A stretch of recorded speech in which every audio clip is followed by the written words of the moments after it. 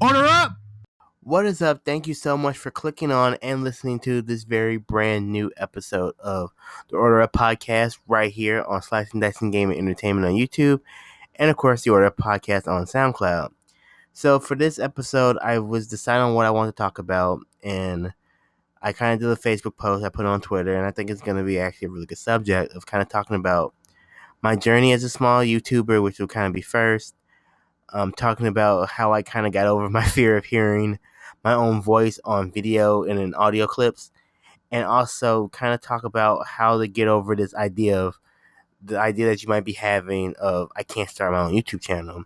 But first, we're going to start into the journey of being a small YouTuber. And if you're listening to this, you're probably brand new to who I am and my story personally. I've actually talked about this on Facebook and Twitter and Instagram and been doing it for a little while, but I figured why not do a podcast about this. So my story starts back in the good old year of 2015. And so I've actually been YouTubing for almost 4 years. So November 15th, 16th, or 17th is one of those days I don't remember exactly. But November, somewhere in the middle of November, one of those 3 days, back in 2015 is when I actually uploaded my very first video to the YouTube channel, which is formerly known as Digital Chef ENT. Go back to the last episode of or a podcast where I talk about the name change. But that was when I uploaded the very first episode of the menu. And if you go back and you watch it, it wasn't the best video. Lighting wasn't the greatest. My phone that I was using wasn't the best. Lighting and sound and all the editing things, it wasn't the best, but it got me going. And it got me, it's a starting point. It was episode 1. I'm currently, there are actually now two full seasons of the menu, 10 episodes each, so there's 20 episodes of the menu. I'm going to be starting production of season 3 of the menu really soon, but I've been doing it for 4 years. And let's take it back to the beginning. And if you would have told me back in 2015 I'll be starting my own YouTube channel, or actually before that, like when I was in college, that I would start my own YouTube channel, I wouldn't believe you, because I never did a lot of video editing. I did some stuff like here and there. I remember the first AMV I did, which is called, this is an anime music video, which is like one of the first videos I ever did, which is something I did for fun, and I liked watching them, so I thought I did my own. That's kind of my first, my getting my toe in the water, so to speak, of video editing. And I did a couple of projects in college where I did some video editing for different group assignments, and it just kind of worked, and I kind of started to enjoy the process of video editing. But I never thought a YouTube channel was for me, because I was like, yeah, I didn't have like a camera or lights or a tripod, or really knew how to set up a video or how to really produce a video. I was just kind of like, whatever. And when I started the whole Digital Chef brand, I've had the logo since 2011, and it was always just like a cover photo on Twitter and Facebook, and just the background image, and I would post it here and there. But I thought it could be more, and I always believed it could be more. And I just remember meditating and thinking about what should I do with this logo. I just remember thinking and praying on what should I do. I just remember hearing you should start a YouTube channel, and I was like, nah, that's not me. I can't stand hearing my own voice, and I don't have the tools and the equipment. But it was like, just start. Just see what you can do. And so just starting, I remember starting the journey, and I remember putting like the first video I did, putting it on Facebook, and just putting it on Facebook and Twitter, and telling my coworkers, like, hey, check it out. I'm, my first show. And one of the things about being a small YouTuber is you don't get the support you expect to get. And that's one of the hardest realizations you have to endure being a YouTuber, or just being an entrepreneur as a whole, just doing your own thing.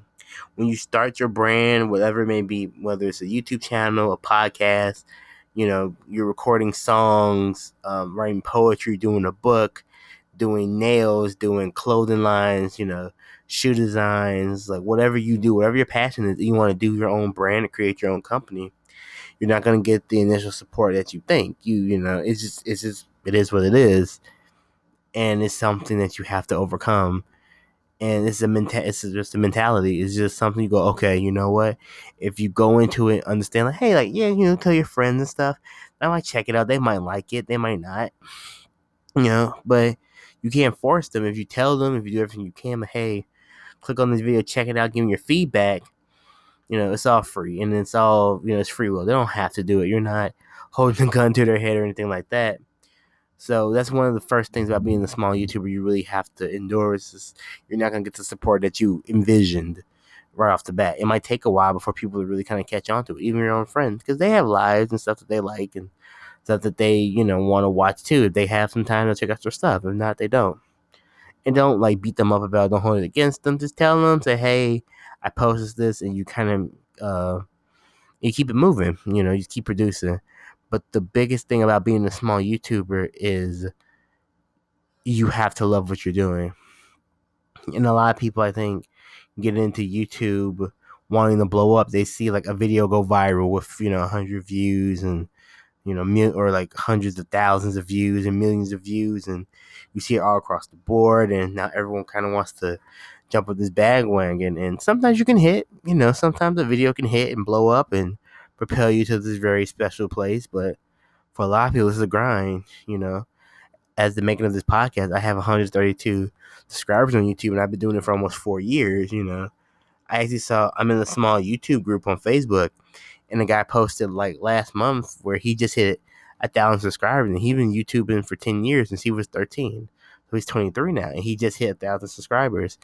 And people was like, what? Like, it's so people feel like that's depressing, but that's real. You might have to work at it for 5, 6, 7, 8 years before you actually catch on, before your videos really kind of take off, and people are like, man, I like what he's doing.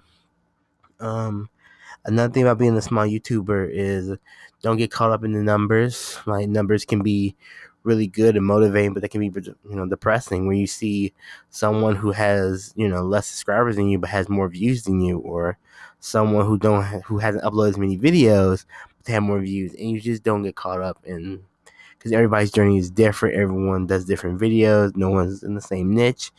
You just kind of, if you like what you're doing, if you like the videos you're doing, if you're passionate about it, people will find you and people will respond to it. People give you feedback, so you just kind of keep going. And I know you can do it. If you're listening to this, if you're starting your own YouTube or your own podcast, like, I know you can do it. And one of the things about it that I actually watched another video, Roberto Blake, he does YouTube and film and photography, and has like speaking, like public speaking and does stuff like that. He's really cool. You should check out his YouTube channel. He kind of had a video that was just talking about kind of like the grind and kind of like this idea of, when you first get on YouTube, you're not going to have any views. You're not going to have, first do a podcast, you might just be talking to yourself. You're not, when you first start on Twitch, you might just be playing the game for you. You're not going to have an audience yet. No one starts out with an audience. You build your audience, and your audience kind of will find you. So if you keep being creative and you keep, doing what you're doing, eventually people will see it and it'll catch on. And so it's like, just don't get discouraged. If you're ever feeling unmotivated to do something for a YouTube channel, I usually just stop and do something that you enjoy. Go outside, go read a book, go to the movies, go hang out with friends, grab a beer, grab a drink, go get some food, watch Netflix, like do something that you do that isn't YouTube related. Like, I play video games, my uncle always laugh at me. He's like, Taryn, isn't it hard to balance fun and content for the channel? I'm like, yeah, and that's been one of the harder parts for me, is balancing those two things, is wanting content but also just wanting to chill and just take an hour and just kind of play a game I enjoy. And so it's always a balance with your life and what you want to do. And then waking up, like, I work full time. I work 40-hour weeks, and my off days aren't really off days. I wake up and I'm like, I don't really want to record, but I know I have to, because videos aren't just going to produce themselves. And I think it's always the push, like always being, willing to push yourself, because right now I'm not even getting paid to do YouTube. That's another big thing about being a small YouTuber in the beginning, is you're not getting paid for it. You're putting all this effort. You're probably putting like hours, a couple of hours in the recording, a couple of hours in the editing, a couple of hours in the, producing. You're not getting paid for it. You're just putting it up, and you might get 5 views on that video, but those 5 views are important, because those are 5 views that someone's like, oh, let me look at your channel. Oh, I like this video. I'm gonna watch it for those 5 views. You never know which one of those views could be the big one, where that one view could end up being the share and someone telling someone else about it. So you just don't get caught up in the numbers. Always stay, try to stay motivated, Get sleep. Like, don't worry about it. But I guess most importantly about being a small YouTuber is having fun and always having fun. Like, even though you might not get paid, or even though you don't have the numbers, or you're not getting all these shares, you might have like 1,000 friends on Facebook and only 3 people share your videos, like whatever it may be. Just don't get caught up. Have fun in it first, and you'll enjoy it, and all that and everything else will come with it. So that's kind of the small YouTube journey, and just kind of just thinking some things to consider. There's a lot of things I've done now that I wish I would have done when I started. Like, really worked on my YouTube, the front page of my YouTube channel, really organized it. I actually have a really cool cover photo that I have for YouTube now, which I wish I would have thought of a really cool one in the beginning. I just kind of threw some stuff together. I just kind of threw some shit together, to be honest with you, and just put it up there. Oh, this will work. But I use Fiverr.com a lot, and there's a lot of independent like artists and animators and creators and all these things. And you can look up YouTube banners. You can find someone to make your YouTube banner for you. It's not too expensive. I think mine was like 20. No, I think it was like $15. I think. But he gave me he gave me like 4 or 5 different variations of it, so I can use it on Facebook, Twitter, all these different things, which is really cool. So that's kind of the journey of a small YouTuber. The next part I want to talk about was getting over the fear of hearing my own voice. And I've talked about this too. I hated my own voice. I hated hearing it because you sound different in your own head than when you record yourself and you hear it over a microphone, or if you speak in public and you hear yourself over the microphone, you're like, ugh, that's what I sound like? Like, why do I sound like this? And I had to get over that fear too, because I just didn't like it. Like in college, when I had to watch like old speeches, excuse me, I legit would just kind of mute myself after a while and just kind of look. I would kind of listen to myself, but not really, because I just didn't want to hear my own voice. I'm like, what? I don't feel like hearing it. But and that just comes with being comfortable in your own skin. And then eventually, I got comfortable hearing myself talk. I'm doing a podcast right now, so clearly, I got to the point where I'm okay with hearing my own voice. And that takes time too. Like, it's just something you just kind of keep going and going, and you get used to it. I've done, I think, almost 160 videos now, and some of those have audio. So I've gotten to the point where I'm okay with hearing my own voice. Like, I like skip around videos and skip around stuff when I'm editing, just because I don't hear it all the way through. But for the most part, I'm pretty comfortable. But that's just kind of, you just have to do it. You just have to keep producing it and just keep making content, making videos, hearing yourself over and over and over and over and over and over and over and over and over and over and over again. You get kind of you get used to hearing your own voice. You're kind of numbing yourself to it. So you're like, whatever, I know I'm about to hear myself. So let's just sit back, relax, and hear myself. And that took a little while for me to get used to. I didn't get used to it until a couple of years ago. So I'm 28. I probably didn't get used to it until I was like 26, maybe. So maybe like 2 years ago, probably, when I finally was like comfortable with hearing myself on video and in audio, and being comfortable enough to edit myself and just be just cool with it, and just tell people, hey, watch this video, and here, listen to my podcast, and just be comfortable with knowing how my voice is, and okay with sharing it. And the last part of this kind of podcast I wanted to really talk about, because a lot of people ask me this too, is getting over the fear of starting your own YouTube channel. And it's not as big as you think. I think a lot of people, because a lot of people know YouTube is this huge platform. It's this massive, monster of a search engine. And you follow all these like really popular YouTubers and famous YouTubers, and you see their lighting, and you see their camera, and you think, oh man, I don't have that. But the great thing about it is, when you really break it all down, is they all started somewhere. They all started with probably their camera phone or digital camera they had lying around or something. They started probably in their bedrooms or in the basement or in the far from room, in a closet. Like, everyone started in a very unique place. And so you don't have to go out there and get like a DSLR camera, or go get the iPhone 11 and get like this massive tripod and all this stuff. You can use things around your house.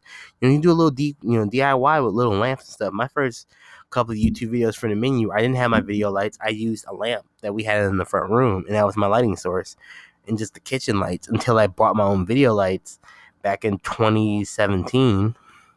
I bought my own video lights, and it just kind of changed my videos forever, because now I can just use those. I cut off all the kitchen lights. I just use those lights to light up everything, and it looks really nice. I remember when I was, talking to one of my coworkers, who's also a friend of mine, Holly. Holly is a videographer. I was like, Holly, I want to get a new camera, and she's like, no, you just get some lights. I was like, really? She's like, yeah, your camera's probably fine. Your camera's probably better than a lot of video cameras. Just get some lights. Oh, okay. And that's what I did. So if you want to start a YouTube channel, just start. Just record yourself, whatever you want to do. If you want to vlog, if it's food, like, it might look janky, but hey, the jankier the better. Because if you know it's janky at first, you know where you started, and you can constantly get better. Just add little things here and there. And I'd say just do it. On the very first episode of the menu, if you go back and watch it, I actually bought a little tabletop tripod, which I still have, and I just put it on a bunch of books, and that's how I got that angle in the beginning of me looking at the camera where it's kind of up, where it's looking at me up. And yeah, that was just that tripod. I didn't have a photography tripod at the time, and I was just trying to use whatever lights I could, and it wasn't the best. I tried to and I learned that one thing I try to like record everything at once, but now I stop and keep going, and I'll stop and I'll do all these cuts and stuff, which helps a lot in terms of I have to move the camera and everything. But my word of advice is, if you want to do a YouTube channel with whatever, if it's nails, if it's motivation, if it's a vlog, just start. Just do it. Just take what you got, Maybe get yourself a lapel mic. I actually have my lapel mics. I got 4. I bought off Amazon when I started the YouTube channel 4 years ago, and they were like $6 or $7. Like, just kind of start. Just see what you have. Just make it happen. There are free video. You can actually edit videos on your phone. I don't actually know of any apps. I use my computer, but there are apps where you can video edit on your phone if you don't want to use your laptop, or you don't have a computer or a laptop, or things like that. You can probably do it on your tablet if you have a pretty nice tablet. There's ways. Like nowadays, now that everyone's getting this mindset to create, there's a lot more avenues and resources for you to create with.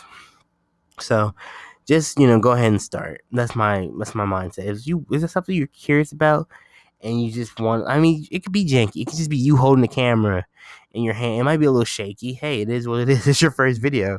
But get it out, like, do it, get it produced, look at it, get it out there, let people comment on it and give really positive feedback. And you can say, hey, people like what you're doing, even if it doesn't look the best. If people enjoy your content, excuse me, they'll like it, they'll tell you what they like, they'll tell you what you can improve on. You just improve on for the next video.